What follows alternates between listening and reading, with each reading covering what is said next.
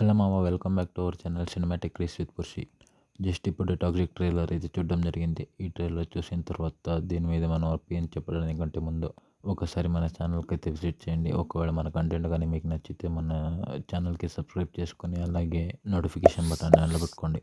ఒకవేళ మీకు కానీ ఈ వీడియో నచ్చితే వీడియోకి ఒక లైక్ చేసి మీ ఫ్రెండ్స్కి షేర్ చేయండి. అలాగే నెక్స్ట్ డే కంటెంట్ పైన వీడియో కాల్లో కామెంట్ చేయడం మర్చిపోకండి. సో ఇక్కడ టాక్సిక్ ట్రైలర్ గురించి మాట్లాడేదైతే మూవీలో అన్నిటికంటే ముందుగా పాజిటివ్స్ గురించి మాట్లాడేదైతే positives, one of the main positives వచ్చేసి ఇందులో యాక్టర్స్ అండ్ యాక్షన్ సీన్స్. మా యాక్టర్స్ అయితే అందరూ వాళ్ళ విశ్వరూపాన్ని చూపించారని చెప్పొచ్చు. ఎస్పెషలీ యష్ 2 క్యారెక్టర్లో కూడా చాలా బాగా చేశాడు. ఫాదర్ అండ్ సన్ 2 క్యారెక్టర్స్లో కూడా చించేశాడని చెప్పొచ్చు. అలాగే నెక్స్ట్ వచ్చేసి కియారా అద్వానీ గారు, ఈమె కూడా చాలా బాగా చేశారు. నయనతార గారు కూడా ఉన్నంతలో అయితే బాగానే చేశారు. ఇక యాక్షన్ సీన్స్ మామ, యాక్షన్ సీన్స్ అయితే అన్ని బుర్రపాడున్నాయి. ఒక్క యాక్షన్ సీన్ కూడా ఇప్పటిదాకా వచ్చిన ట్రోల్స్ అన్నీ ఈ ఒక్క ట్రైలర్తో లేపేసేలా అయితే ఉన్నాయి. జస్ట్ యాక్షన్ సీన్స్ మాత్రమే. ప్రొడక్షన్ వాల్యూస్ కూడా ఎక్కడ తగ్గినట్టయితే అనిపించారు ప్రొడ్యూసర్.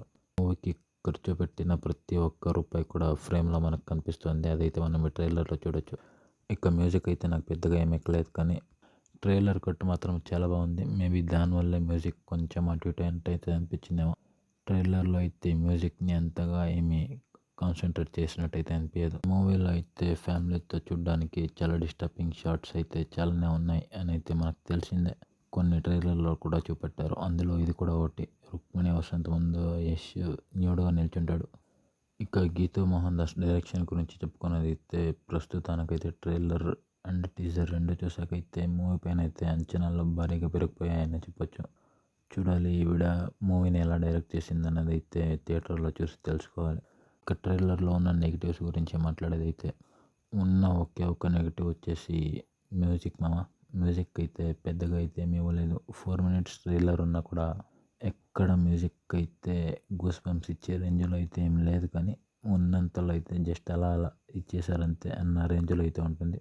మూవీ హిట్ అవ్వడం కేవలం యష్ కెరియర్కి కాదు, కన్నడ ఇండస్ట్రీ కూడా చాలా అంటే చాలా అవసరం. చూడాలి ఈ మూవీ వాళ్ళకి హిట్ ఇస్తుందో లేదో. ఈ ట్రైలర్లో ప్రతి షాట్ కూడా 4 years వెయిట్ని మర్చిపోయేలానే కట్ చేస్తారు ట్రైలర్ని అయితే. ఈ మూవీ అయితే యష్ ఫ్యాన్స్కి ఒక పండగ లాంటిదని చెప్పుకోవచ్చు. సో మనమైతే మన రాకీ బాయ్ని నియర్లీ 4 years తర్వాత అయితే మళ్ళీ స్క్రీన్ మీద చూస్తున్నాం. దీని తర్వాత అలాగే నెక్స్ట్ November 8th అయితే రామాయణ మూవీలో అయితే చూడొచ్చు. అందులో రావణగా చేస్తున్నాడు మన యష్. సో చూడాలి ఈ 2 మూవీస్ హిట్ అయితే లేదో. That's it for this video మామ. ఈ వీడియో కానీ మీకు నచ్చితే మన వీడియోకి ఒక లైక్ చేసి మీ ఫ్రెండ్స్కి షేర్ చేయండి. అలాగే మన ఛానల్కి సబ్స్క్రైబ్ చేసుకొని నోటిఫికేషన్ బటన్ ఆన్లో పెట్టుకోండి. Until next video, take care, bye. Thank you. Signing off cinematic Ries.